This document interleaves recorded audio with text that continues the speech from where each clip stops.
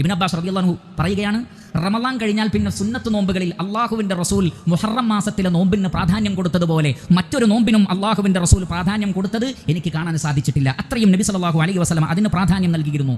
പക്ഷേ അതിൻ്റെ പ്രാധാന്യം അതിൻ്റെ വുജൂബിനെ കാണിക്കുന്നില്ല. എന്ന് പറഞ്ഞാൽ അത് നിർബന്ധമാണോ? ആദ്യം നിർബന്ധമായിരുന്നു, പിന്നീട് അത് ക്യാൻസൽ ചെയ്തു. നിർബന്ധം എന്ന അവസ്ഥ ക്യാൻസൽ ചെയ്തു. എന്താണ് തെളിവ്? ഇമാം മുസ്ലിം റഹ്മത്തുള്ളാഹി അലൈഹി അദ്ദേഹത്തിൻ്റെ സ്വഹീഹുൽ ഉദ്ധരിക്കുന്നു.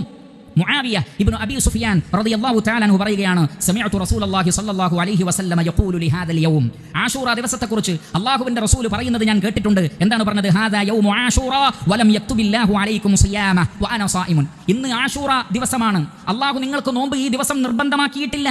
വഅന സായിമുൻ, പക്ഷേ ഞാൻ നോമ്പുകാരനാണ്. ഫമൻ അഹബ്ബ മിൻകും അൻ യസൂമ ഫൽയസും, അതുകൊണ്ട് നോമ്പ് നോൽക്കാൻ ഇഷ്ടമുള്ളവർ നോമ്പ് നോറ്റോട്ടെ. വമൻ അഹബ്ബ അൻ യുഫ്തിറ ഫൽയുഫ്തിർ, നോമ്പ് നോൽക്കാൻ ഉദ്ദേശിക്കാത്തവർ നോമ്പ് നോൽക്കുകയും വേണ്ട. അപ്പോൾ നബി സല്ലല്ലാഹു അലൈഹി വസല്ലം പറഞ്ഞു, ഇത് നിർബന്ധമാക്കിയിട്ടില്ല. ഞാൻ നോമ്പുകാരനാണ്, ഉദ്ദേശിക്കുന്ന ആളുകൾക്ക് നോമ്പ് നോൽക്കാം. പക്ഷേ നോമ്പ് ഒഴിവാക്കുന്നതിനേക്കാൾ ഖൈർ നോമ്പ് നോൽക്കലാണ്. എന്തുകൊണ്ട്? ഇമാം മുസ്ലിമിന്റെ റിവായത്തിൽ തന്നെ കാണാം, വസുഇല അൻ സൗമി യൗമി ആശൂറ, ആശൂറ ദിവസത്തെ നോമ്പിനെ കുറിച്ച് നബി സല്ലല്ലാഹു അലൈഹി വസല്ലം ചോദിക്കപ്പെട്ടു. ഫഖാല, അപ്പോൾ അല്ലാഹുവിന്റെ റസൂൽ പറഞ്ഞു, യുകഫിറു സനതൽ മാദിയ, ഒരു വർഷത്തെ മുഴുവൻ പാപങ്ങളും പൊറുക്കപ്പെടും.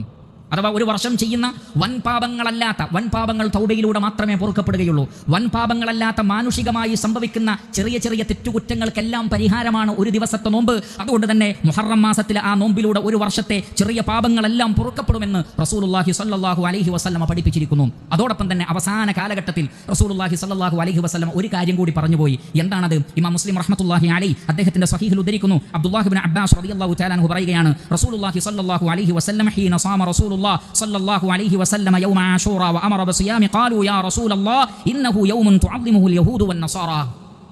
ആശൂറ ദിവസം നോമ്പ് നോറ്റപ്പോൾ സ്വഹാബികളിൽ ചിലർ പറഞ്ഞു, അല്ലാഹുവിന്റെ റസൂലെ, യഹൂദരും ക്രൈസ്തവരും ആദരിക്കുന്ന ഒരു ദിവസമാണ് ആശൂറ ദിവസം.